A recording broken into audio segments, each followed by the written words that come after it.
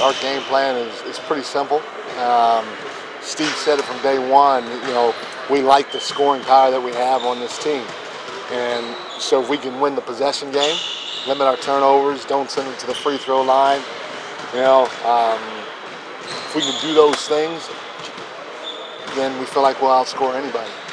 How important the game one for this whole series? How what? How important the game one for this whole series? Well, I mean, it's important because it's the next game, but that's why these things are 7-game series, because anything can happen over the course of 7 games. So because it's game one, it's extremely important. But when game one's over, game two will be the next most important thing.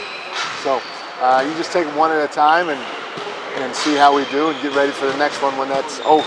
Coach, 10 years ago you were, of course, on the other bench. How does it feel to get back to the finals, facing the team you once coached to the finals? I mean, just being in the finals is an accomplishment.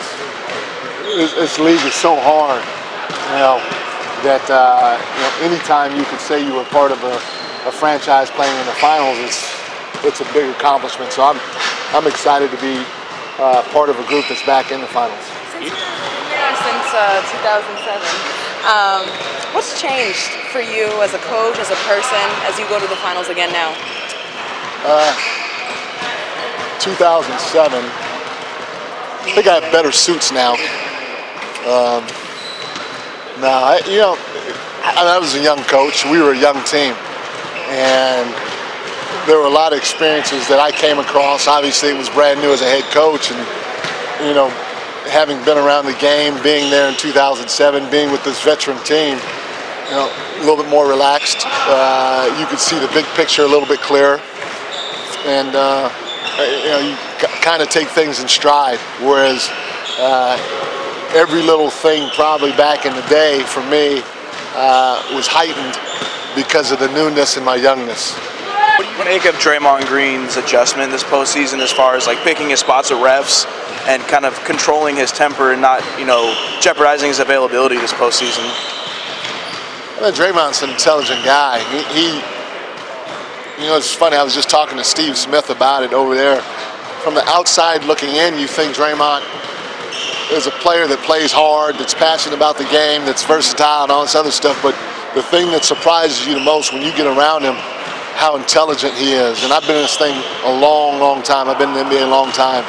And he's got to be probably top 3, definitely top 5, but maybe top 3 in terms of guys that I've been around that have a feel and that are intelligent when it comes to knowing the game of basketball, especially at this level. So he knows what he's doing most times. Who are the 2 above him? He seems to have a real feel for. He seems to have a real feel for Kevin Love every time that you guys play. What is it about Draymond that gives Kevin Love trouble on the court? I don't think you could just say it's Kevin Love. I think Draymond's a very good defender that has a good feel for a lot of guys. He plays a lot of guys very well, and his intelligence, his physicality, he's got quick feet, long arms, great anticipation. He's a quick jumper. You couple all those things together in a guy that's very strong and a guy that wants to defend, and he's going to give a lot of guys fits, not just Kevin Love. What can you do? You talk about how LeBron's expanded his offensive game. As you approach him defensively, what does it take to obviously not stop him, but control him, contain him? Sometimes it just takes you hoping that you make him work hard enough and you contest well enough that he misses. Because you can't stop LeBron. He's going to score. He's going to get others involved. He's going to help others score. And so you try to make it tough on him. You try to make him work as best as you can to get him off of his sweet spot so he doesn't have an easy game offensively. And maybe he'll miss a few shots here and there that might turn into positives for you going the other way. What have you seen from Kevin Love lately in the playoffs that makes you wonder just how much of a threat and a key he might be in this series? Well, he's shot the ball very well, and it's been quick. He hadn't had to load up or anything like that. He's picking and he's popping, and as soon as that thing touches his hands, it's out of his hands, and it's going in. So not only in the half court, but also in transition too.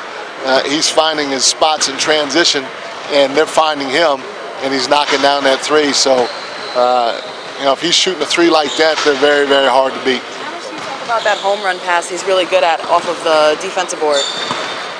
We've addressed it. I mean, we even showed our guys a clip where I think it was J.R. Smith gets a rebound, and Kevin Love is standing next to him. And instead of J.R. pushing it or throwing an outlet, J.R. literally turns, and Kevin's a little behind him. He turns and pitches the ball back, and he's probably this far away. He pitches the ball back to Kevin, and Kevin hits LeBron for a touchdown pass. So it's an effective weapon that they have, that they've been doing ever since he's gotten there, that you know, we have to be definitely conscious of.